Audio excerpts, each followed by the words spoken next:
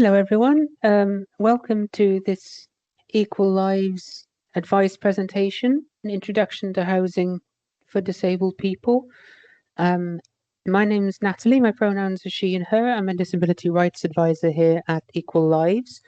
And today is going to be more of a presentation with an overview of various housing related issues for disabled people. And yeah, hopefully that will help to give people some basic information. So you will notice that we've disabled cameras and microphones so that there isn't any accidental noise or distractions for anybody. So that's why your cameras or microphones might not work. But we do have a question and answer function, so you will still be able to get involved. So this is going to last about an hour. It's probably not going to be an hour of me talking, and there should be time at the end for questions. And the way that we'll do that is that there's a question and answer function for you to type questions. The questions will be checked by my colleague Paula, who's also here, just to make sure that we aren't sharing anyone's personal details. So that'll keep everybody confidential. And also people's names should be kept confidential as well. So there shouldn't be any kind of sharing of details. And when you're asking questions, please can you bear in mind that this is a general talk today, so we won't be able to go into detail about specific cases, but you can of course contact our advice and advocacy services for more support later, and there'll be some contact details at the end of the presentation.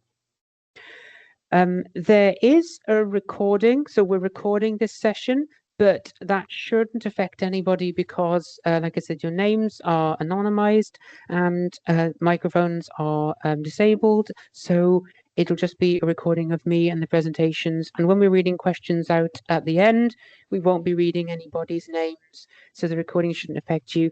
But we're hoping to put this recording up on our website for people to refer to later on. And we'll also have a copy of the slides available afterwards as well that can be sent to participants and put up on the website with the recording. So that's the structure of today. So what are we going to cover today then? So we're going to help to understand how to apply for social housing. So obviously we'll talk about what we mean by social housing and kind of how to go through those processes. We'll understand how social housing is allocated so that people can understand how best to apply most effectively. We'll learn about different financial and housing support options for disabled people. And we'll have an overview of what we should do if we experience antisocial behaviour, so how we can deal with that. And we'll include some details of where to get extra help and support for housing issues. So that's what we're going to cover. So then the first section is about social housing. So let's start thinking, what do we mean by social housing? So social housing is essentially housing provided by primarily by the government or by your local council. It might be provided directly by your council. It might be provided sort of through another arrangement with a private landlord offering specific housing to council tenants or to housing associations or in other ways as well. But social housing means housing that's managed and allocated by your local council. So that's what we mean when we're talking about this section. So how do we access social housing? So the process to access social housing is similar across pretty much all councils. Essentially, you would contact your local council's housing team, ask them to put you on their waiting list. They'll ask you questions about your circumstances, and then you'll be put on the waiting list for social housing if you meet the eligibility criteria. So, you know, if you qualify for that housing. So even though I said that the housing process is quite similar, lots of councils will use different words as part of their policy. So, for example, when you're allocated housing, and we're going to talk more about this later, when we're allocated housing, you might be given a different level of priority, given how serious your need for housing is. And some councils will use, categories from A to D for the level of priority, with A normally being the highest. Some might use, I think Norwich City Councils is bronze, silver, gold, and priority. But although they use different words, they are essentially following very similar processes. And there is an overview of this general process from a national level on the government website. And there's a link here in the slides that people will be able to access when you have a copy of them afterwards, for that overview of that process. So that's a very brief overview of the process for applying. But as part of that process, there are quite a few things to consider. So the first one is eligibility. So what that means is, do you qualify? Are you entitled to have local housing, from like local social housing? So councils will ask you questions to make sure you're eligible for their housing. And these questions could relate to your local connection. So local connection means whether or not you have any links to the area that you want the house in. So do you live in that council area already, and have you lived there for a certain length of time? Do you have friends or family there? Do you need to move there because that's where your work is, or another significant place that you need to go, primarily work? Yeah, those are sort of the main things when they're thinking about local connection. So do you have any, existing connection with that area? How long have you lived in the area? So you might have been living in your local council area for a couple of years, which would entitle you to that. But if you've been living in private rental accommodation, then there can normally be a limit, like a minimum amount of time you have to be living in an area to qualify for that local connection. And that's why the amount of time you've been in an area can be important. Do you need to move out of your current property? So that can relate to various things like health, or we'll talk about some of the other reasons. But yeah, what kind of priority do you have? What are the limitations on your current property that might make you more eligible for social housing? We'll cover that as well. And also a question is about how much money you have. Do you have enough money available to pay for other housing? So if you have high enough income, and particularly savings, then that might reduce or remove your eligibility for social housing, because you would be able to afford privately rented housing or other types of accommodation. So that's just something to bear in mind when we're thinking about eligibility. Ineligibility. So what are the reasons why you might not be eligible for social housing? Why might you not qualify?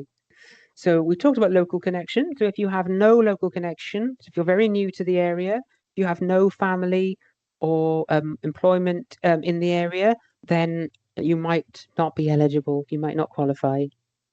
Do you have rent arrears? So if you have quite a few rent arrears in a previous council or previous social housing or private housing, that might limit your capability if you're, if there are concerns about your ability to pay the rent on time. And if you've built up a debt with landlords, that can have an impact. Antisocial behaviour concerns. So we're going to talk about antisocial behaviour towards the end, but if there are concerns about you and the way that you have behaved towards people in a local area, that can have an impact on your eligibility for housing. Not about the way people have behaved towards you, but if there are concerns about the way that you behave towards other people, it's important that, not being a victim of antisocial behaviour doesn't limit your access to housing. Or have you refused too many properties? So as part of the process, which we did go over quite briefly, part of the process for social housing would be bidding on properties. And we're going to go through some of that a little bit more, but we'll be bidding on properties, and you'll be offered properties in your area. And there might be reasons why you refuse them. If you're concerned about the area, if they're not safe, or practical for you based on, a disability. But if you refuse too many properties, they may say, well, we've already offered you properties that should have been suitable. You've refused them, so that will reduce your priority or mean you'd have to wait longer. So that can be something to really bear in mind when you're thinking about taking a property. Have you been rehoused recently? Normally within the last 12 months.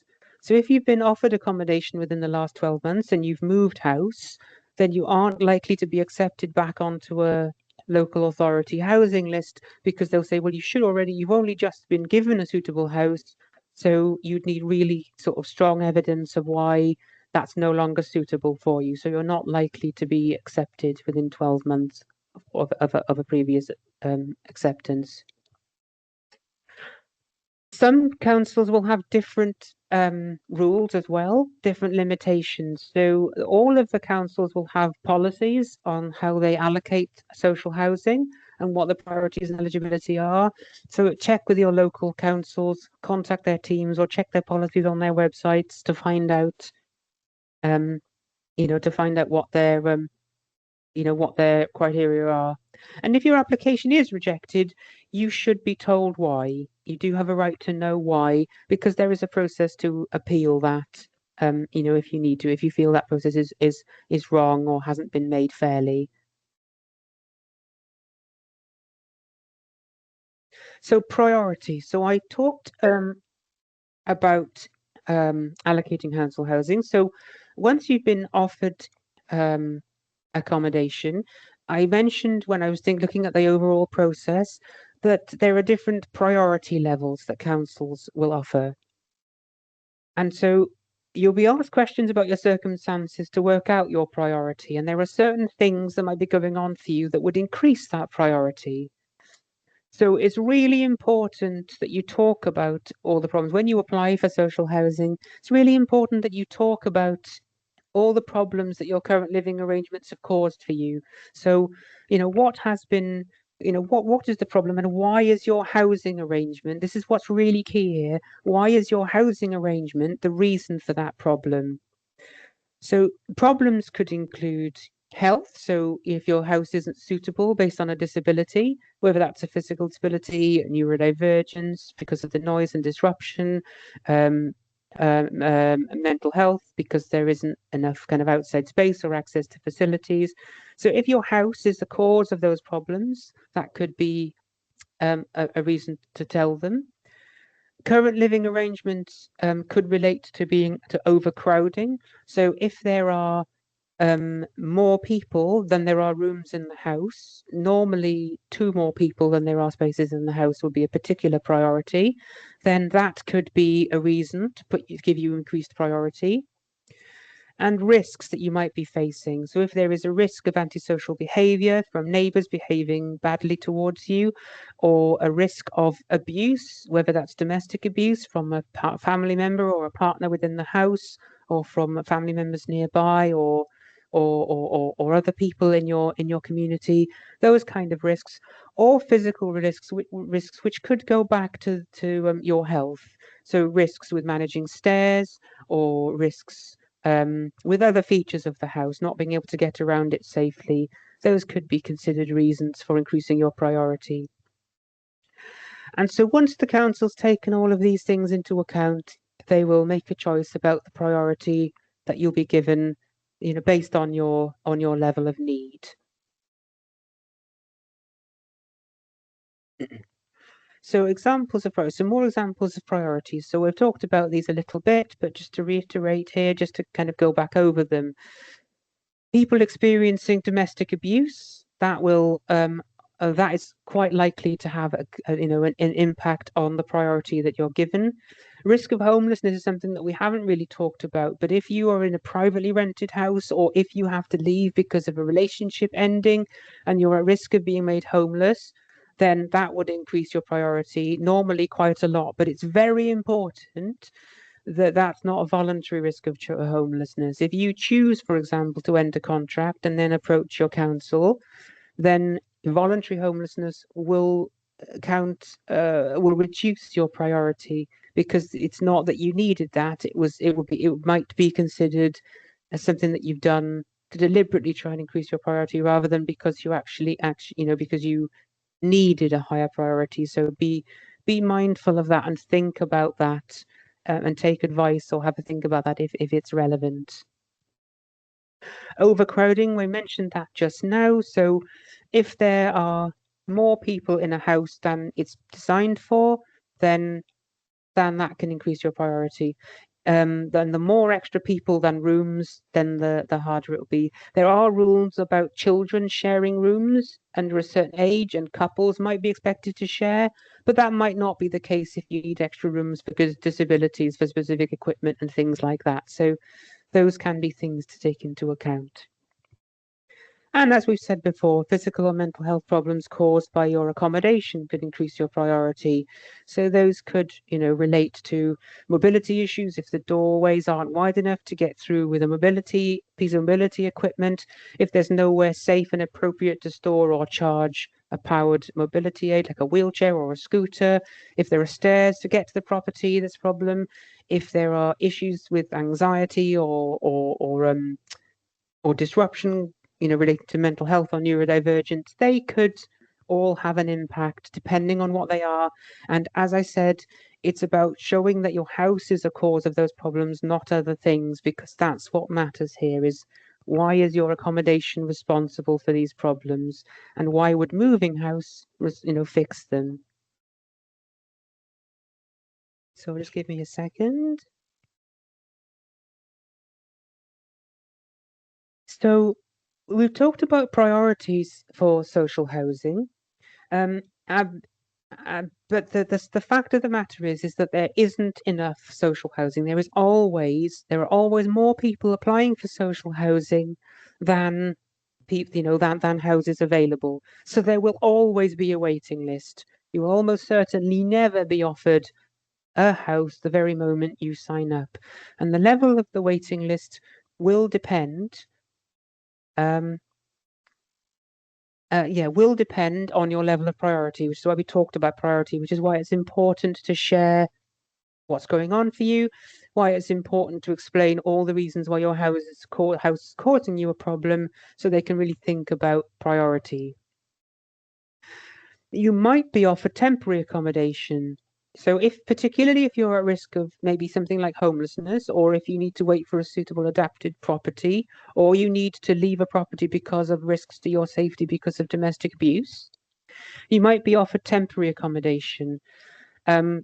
This temporary accommodation wouldn't necessarily be like, where you would be expected to sort of end up, but it would be somewhere for you to go so that you can be safer while you apply for and wait for more suitable longer term accommodation. It's important to think very carefully about temporary accommodation, because refusing temporary accommodation can be a problem when it comes to sort of accessing accommodation later on. There are only so many spaces available. And so it might be that in some cases, temporary accommodation will have to be a bit of a compromise. That doesn't mean, though, that you should be unsafe and that your needs, shouldn't be met. So it is definitely worth being mindful that you need to make sure it is suitable, but you may not have the choice that you'd like to have.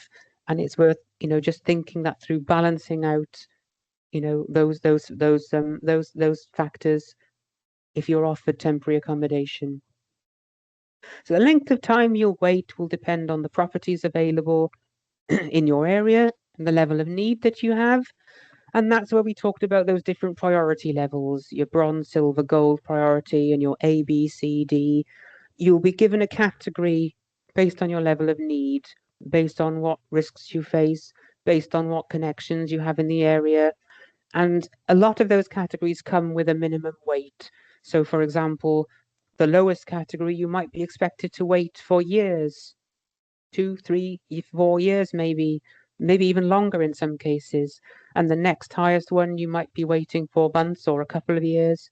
And the next one might be looking at months. And the next one might be going down to weeks. But again, it really will depend on the types of needs that you have and the types of properties that are available in your area. and some levels of need might also entitle people to special types of property. So most people, if councils have specially adapted properties, then they will keep those people with specific types of needs, and those needs will be will be considered separately. But that can affect how long you'll have to wait, and we'll talk about medical need now. So if a person has medical needs, that means they should be considered for priority housing based on medical needs, or if they should be considered for certain types of adapted housing, then most councils will carry out what's called a medical needs assessment or something along those lines. As I said, some councils will have different words for things. And this is an extra step in the housing application process. Medical needs are sort of taken into account as part of the overall application process, but this is a particular process when you're looking at sort of significant needs, when you want to demonstrate a really high level of priority, and when or when you want to be considered for very specific types of adapted or sheltered accommodation. So in this process, the idea is that someone will make a decision about whether or not your health is affected by your home. And this is really key. For a medical needs assessment, you have to show that housing is the cause of the problems that you face and that there's no other way to fix it, or no realistic, reasonable way to fix it. And that is really important. A lot of people talk about what their needs are and and why their current house isn't, we'll talk about kind of what their medical needs are, but medical needs assessments need to show why your property, why your home is a cause of that, why it contributes to that. So think about the things that are problems with your house that make your disabilities more difficult to manage on a day-to-day basis. And that's what you talk about in a medical needs assessment. When you submit a medical needs assessment, it's an extra questionnaire that asks you, questions about your health. And they ask, and they will, and that will be considered then by perhaps a panel of experts or by housing team managers, depending on the policy and the processes and the types of needs that you have, in your local council area. But they'll make that decision. And if your medical needs assessment shows a higher level of sort of severe housing risk, that could well have quite an impact on your priority for social housing. So it can be worth doing as long as you can demonstrate why your housing is the cause. There are a few reasons why a medical needs assessment might be rejected. So if adaptations have been made to your house within the last 5 years, your medical needs assessment may be rejected because they say, well, we've already made adaptations to your current house. So, so that should be enough. So you'd have to show why your condition has changed since that was done. And if you want to know about a medical needs assessment, then you should contact your local council's housing team to ask for them to help you through that process, so that they can sort of, go through those questionnaires with you. So we're going to move on to another section about other ways of meeting housing needs now. But just to say, if anyone has any questions, if we can put them in the question and answer section. So the chat for this meeting has been disabled. We're just using the question and answer feature. So if you have any questions about what we're talking about today, while you remember them, just type them in the question and answer feature, and we'll make sure that they are something that we can cover, and we'll make sure that they don't have any personal details, and then we can go through some of those at the end when we've finished the presentation. So please do post your questions there, and we'll get to any that we can. So meeting housing needs then. So we've talked a lot about social housing, but we need to talk about other different types of housing arrangements. So housing associations, I've mentioned housing associations before, and they often kind of essentially count as social housing in that many of them have arrangements with local councils and kind of work with them to provide sort of social housing type arrangements. So they can be similar things, but it is just worth noting that housing associations can also have their own rules. Some of them are private and do their own things. But they are another type of housing arrangement you should be aware of. which may be slightly different to renting a house directly through your local council. Often their rents should be similar to social housing rates, particularly if they work with social housing providers, but not necessarily, particularly for some of them, which include extra support for certain types of disability or age-related needs, or maybe they have extra facilities. So that's just worth bearing in mind. Private sector rental properties. So that's kind of the technical term for renting from a private landlord. So renting from someone who isn't a housing association or who isn't local council, but you're renting from a landlord directly. Rents are often higher, sometimes quite a lot higher than social housing rents. Social housing rents are set in a different way, and that's why, and they can relate to benefit entitlements and to national housing rents. But yeah, private rents can be, well, will almost certainly be much higher. Even so, private landlords do have responsibilities. And so your local council will have a team called the Private Sector Housing Team, and they are responsible for making sure people have to register to be landlords in an area. So if your landlord isn't doing something, they're not meeting their obligations for things like repairs or other things like that. And if you've tried, it's really important that you've tried to resolve it with them. You could contact your local council's private sector housing team to raise concerns or to ask for more support. So yeah, so although you're renting privately, private landlords do still have obligations to keep renting. Sheltered housing is another type of accommodation that you might be able to access. That tends to have age-related restrictions. So sheltered housing tends to be often sort of flats or bungalows. So it's kind of more level access. It will be built with adaptations in mind for the most part. It tends to be the word used for housing set aside for older people. But older people, different housing groups can vary. So some might for people over the age of 50, some might be over 55, some might be over 60, and so forth. So if you think you might be eligible for sheltered housing, you might be interested in sheltered housing, then you need to think about, again, different eligibility criteria that the providers have. There may be additional costs for social housing because sometimes they'll have additional support services or additional facilities. The rents may be similar to social housing, or they may be more. It might also be that social services can contribute towards the cost of some specialist types of housing, if they're identified as part of a care need and if it's cheaper than meeting your needs in another way. But that will depend very much on individual circumstances, but they could be options to explore. Supported housing. So supported housing is different to sheltered housing. It's normally a type of housing for people with certain types of disabilities, often perhaps learning disabilities, or maybe people with dementia and or other types of, sort of, you might be thinking about learning disabilities, mental health conditions, or it could be physical and mobility where people need extra support. And supported housing normally includes much more built-in features. It might include support workers who are on site quite regularly to help out. It might include more adaptations. It might include other facilities like shared spaces and activities.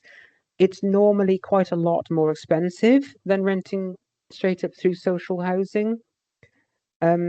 Often they are managed by agencies or charities, they and because they're managed through those agencies, you often will need additional support, maybe medical evidence, maybe social services evidence to be able to access them.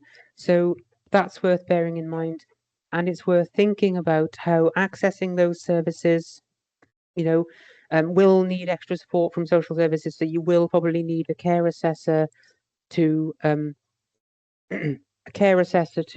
support you with those applications to help you to access those services. And they really are quite a few, there aren't many placements there, so it can be difficult to access those type of services. So it is worth bearing that in mind. Spaces are a bit of a premium, so there are quite strict assessment criteria to be able to access them.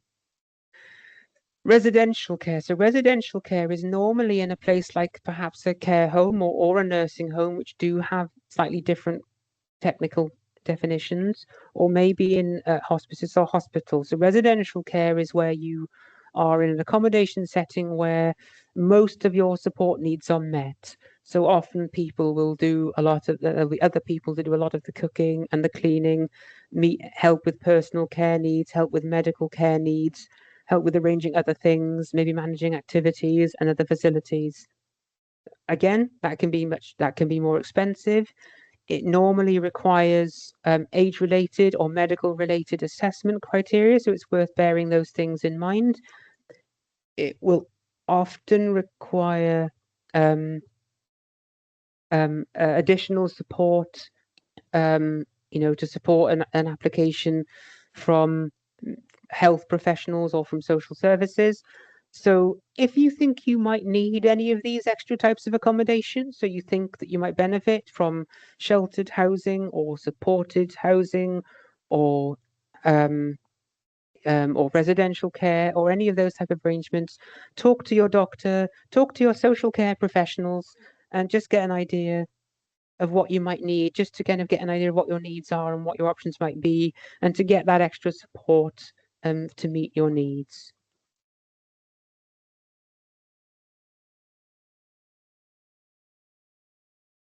So next, we're going to talk about discretionary housing payments. So discretionary housing payments are another type of support you might be able to get towards housing. They are payments that are normally available from local sort of district councils or county councils. That can depend because sometimes they are built into like Norfolk County Council, for example. Some of the district councils seem to already be putting their discretionary housing payment applications into the county council's clients and resilience service, but some of them still seem to be managing them independently. So that's why it's saying on the slide here that some of them might be local council, district councils, some of them might be county council managed. But discretionary housing payments will cover housing related costs if you can't afford them. So you will normally be asked to show what the costs are and to give financial evidence of why you can't afford to meet those costs. They can cover rent. So if you're struggling to meet rent, particularly for short periods of time, moving costs. So if you've been offered accommodation but you need help to move there, deposits if you need to move into a private rented property, how discretionary housing payments might be able to cover that. So that there's upfront costs associated with moving. So contact your local council, or if they then signpost you on to the district council to ask more advice about that. Although I've said that this can cover rent, it won't cover rent arrears. So if you're getting quite far behind with your rent, it's really important to discuss with your private landlord or with your local council or with your housing association. If you're struggling to meet your rent needs, talk to your landlords. It's the most important piece. So keep them up to date, be honest with them, and arrange a payment plan with them. Relationships will go a lot better if you can be honest and if they can understand up front and if they can try and if they can try and be helpful, try and help you. Because if they don't know, then they can't meet your needs. And it just looks like you're not paying the rent. And that's not necessarily a fair representation of what's happening. So trying to keep communicating with people really is key when you're looking at managing rent arrears. And then thinking about discretionary housing payments, or of course, the client and resilience service or other financial support to meet the different needs that are causing you to struggle to meet your rent, and kind of come and get benefits, advice, or that from services like Equal Lives or other people. Also, to get a discretionary housing payment, you have to receive housing benefit, and fewer people will be receiving that now because housing benefit, I think, technically is being phased out, or the universal credit housing element. So if you receive universal credit as a benefit and you have a housing element to that, so if universal credit pays towards your rent, that will count as the housing element, and that will help you to be entitled to access discretionary housing payments. And as I said, you will need to show evidence of your finances when you access these services to show what's going on for you, to show that you don't have the money, and just to make sure that they're treating everybody fairly. Disabled facilities grants are coming next. So disabled facilities grants are specific money provided to make alterations to your property because of a health condition. You can apply if you rent or own your home, because although we've talked about different types of conditions, I haven't mentioned homeowners yet, which is a good point. So when people own their own house, there can be fewer support options available. In some cases, discretionary housing payments, for example, are unlikely, won't normally cover mortgages because you won't be getting housing element in most cases, I think, towards those. So it's worth bearing in mind that owning your own home can have different entitlements. But disabled facilities grants can be used to make adaptations to a home that you own. You would contact normally your local county council um, uh, to ask about disabled facilities grants. And they would normally have to do an occupational health assessment to make sure that the adaptations you're asking for are reasonable based on your conditions. They would then look at getting quotes for the work. So it's very important that you don't get work done and then try and claim, because they won't pay for that. They'll need to make sure the work has been approved, and they'll need to get quotes to do the work, as part of the application process. When you apply for disabled facilities grants, or disabled facilities payments, they're sometimes called, you will also have to indicate that you intend staying in your current home for at least 5, in some cases up to 10 years, because they want to know that, committing this payment is going to be worthwhile. It's going to be worth the investment. If things change and your house becomes unsuitable or your situation changes, that can be reviewed. But it's important that when you go through this process, you will be expected to declare that you intend staying there for an extended period of time. The amounts of money you'll get will depend on the types of adaptations you need. You can normally get smaller amounts of about up to £1,000 to cover things like fitting grab rails or making minor adaptations. And the payments can go up to £30,000 to make larger payments. And these larger payments can include things like widening doorways so that you can get mobility aids through, making kind of level access showers and wet rooms that you can access more easily. They don't cover adaptations to driveways and curbs and things like that. Those aren't normally covered. So it's just worth bearing that in mind. But it could be putting ramps to get up in and out of the property itself, on those sorts of things, and potentially some work in gardens if there are safety reasons, but they won't do driveways and drop curbs. If you want to know more about disabled facilities grants, contact your local councils to ask about the application process, to ask about eligibility, and to talk about the things you're asking for, the things you need, and to see whether that will be covered. And their policies will be on their websites as well. So then we're going to move on to our last part of the presentation, which is about safety and support in housing.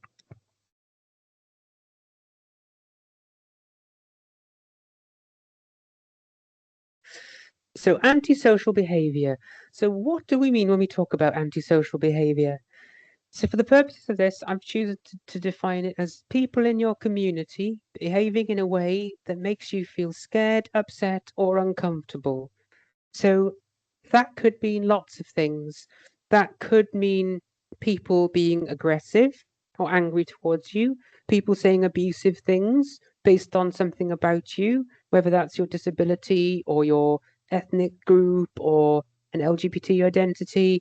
None of those things are pleasant. None of those things are appropriate, and they would all count as antisocial behavior. It could be people deliberately doing things to make things difficult for you. and the list for that could be endless. And particularly if you've said, for example, please can I ask you, not to do this because this is why, this is my disability means I need this. And if people are refusing to do that or are being offensive or aggressive, I mean, then that could be considered antisocial behavior. If you have neighbors who are being noisy, throwing rubbish in your garden, keeping rubbish in their garden that's attracting pests, having parties, having people around who are being abusive or aggressive to you, all those sorts of things could relate to antisocial behavior depending on how it's affecting you.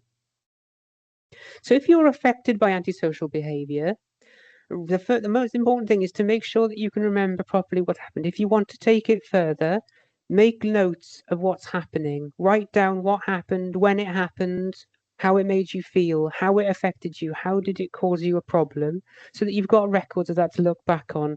And it can be helpful to have evidence of that if that happens repeatedly, because sometimes if something happens as a one-off, it's not very nice, but people could be having a bad day. And in some cases you can put it down to that. But if these things are repeated, then it's never okay to be aggressive or offensive. But if these things are repeated and show a pattern, then that could be more evidence of antisocial behavior, like, by neighbors. So write down what happened, keeping a record of what happened. Recording people with cameras or phones is often against the law without their consent. So please bear that in mind. When we're asking people to write things down, make notes of them. Recording without consent, and because recordings without consent can be rejected and refused as evidence if you haven't got people's consent for that. If you haven't made them aware it's happening. So you really need to bear that in mind in all context when you're recording, making notes of aggressive or of antisocial behavior. If the behavior carries on, contact your landlord to tell them about it. So whether that's a social housing landlord, like a local council, whether that is a housing association, whether that is, a sheltered housing accommodation or a private landlord, contact your landlord, tell them about it. Contact your local council and tell them about it, because they will have obligations. Different people will have different obligations depending on where the person doing the antisocial behavior lives. But it's just worth bearing that in mind. In the first instance, that's the thing to do. Contact your landlord and your local council to report this behaviour and ask them to look into it. And they'll have teams whose job it is to investigate that and to try and take steps. And that's where having the evidence to show that it's been going on for a while will be helpful for you. They should investigate that then to keep you safe. They'll have a process to go through to do that. And those policies will be on local council websites. And then they will, in many cases, particularly with social housing, they will look at putting plans in place to keep people safe, depending on what's going on, depending on the severity.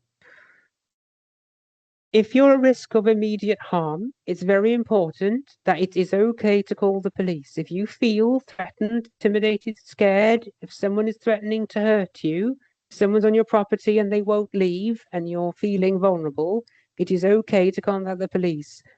You may want to call 999 if you're in physical risk of harm, but for the most part, you would use the non-emergency police number of potentially of 101.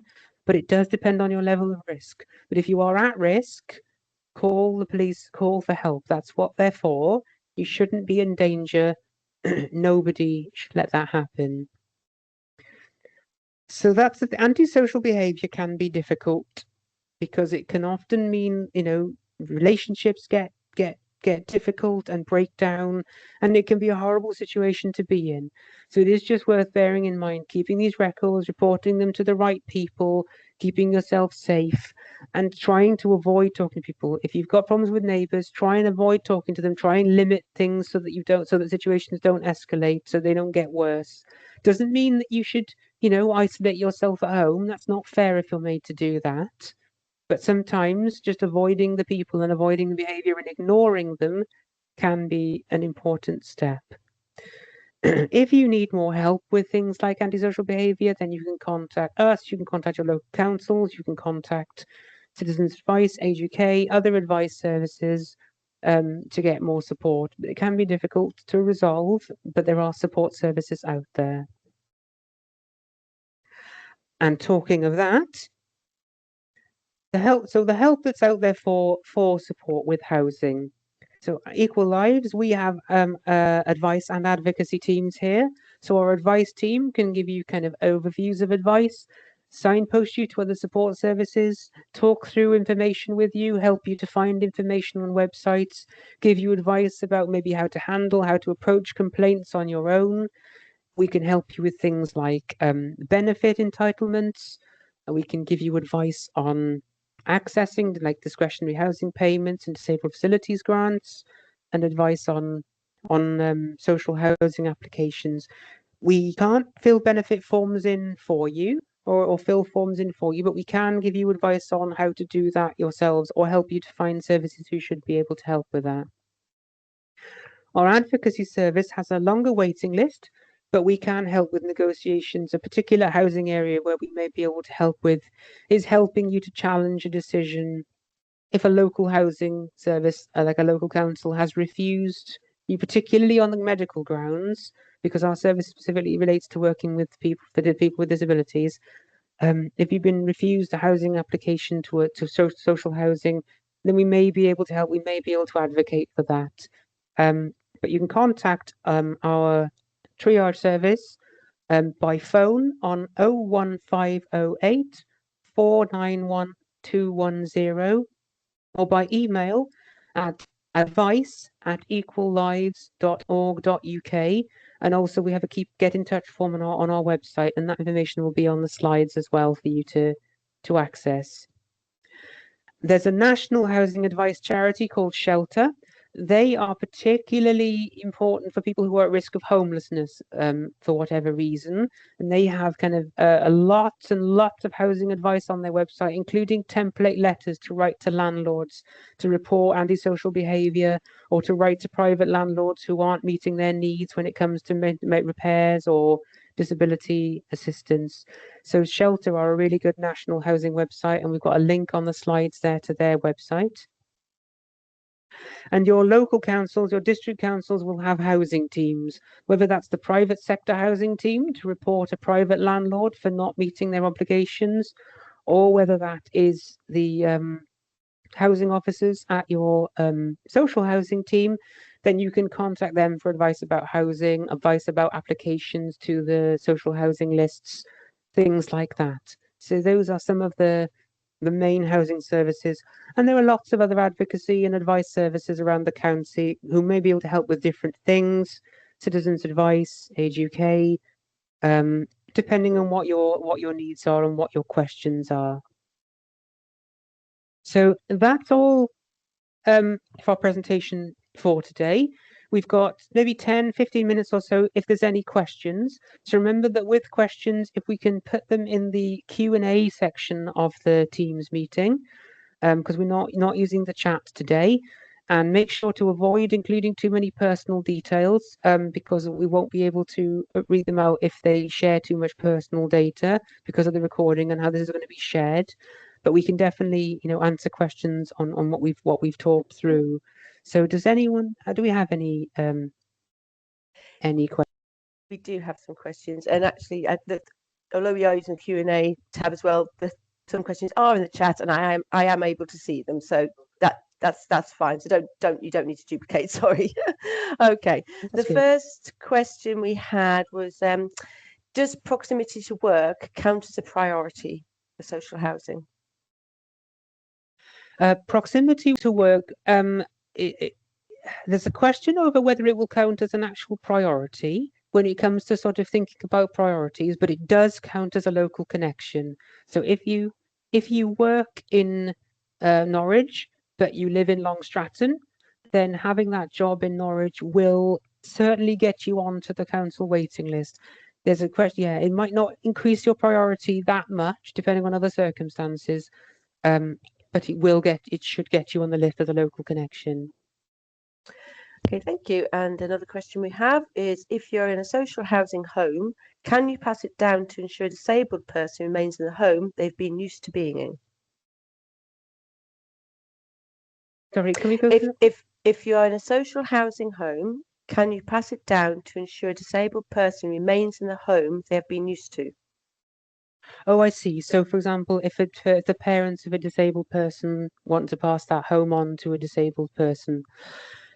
So yes, there are rules about passing on properties to other residents as long as they've been living in that property. When they do that, though, they will look at your whether the home is suitable. So, for example, let's say it's a 3-bedroom house, and let's say parents have been living there with an adult disabled child, then that might have been considered a suitable accommodation because of the amount of space that they need. If the parents leave the house or move on, or go into residential care, or sadly pass away, no longer need that property, then there might be an assessment on the amount of space, and it might be then that they say that they won't let a disabled person stay in that property because it's too large, it's got too much space, which could be better served for other people. That may vary, though, depending on what adaptations have been made and what level of need a person has. But in general, there are rules that should allow that to be considered. Okay, thank you. And the other question we have is bedroom allowance. This person's wife has autism and a fully adapted sensory bedroom, so they're unable to share a bedroom. Should they be allocated to 2-bedroom property as their full-time carer for that wife? Technically, they probably should.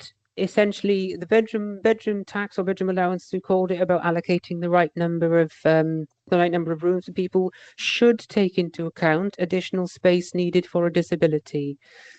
So it should, but in order to justify that, it will be about looking to get medical evidence. So talking to autism specialists, maybe talking to social care professionals, talking to doctors, getting advice from specialist charities, and certainly highlighting what happens if you don't have access to those facilities. So what would be the risks? Because that can be an important one to think about. What will be the risks if you don't have the extra space you need for carers or specialist equipment, or for managing your neurodivergent or mental health conditions? But it should be factored in, yes. Okay, thank you. That's all the questions we have in the chat.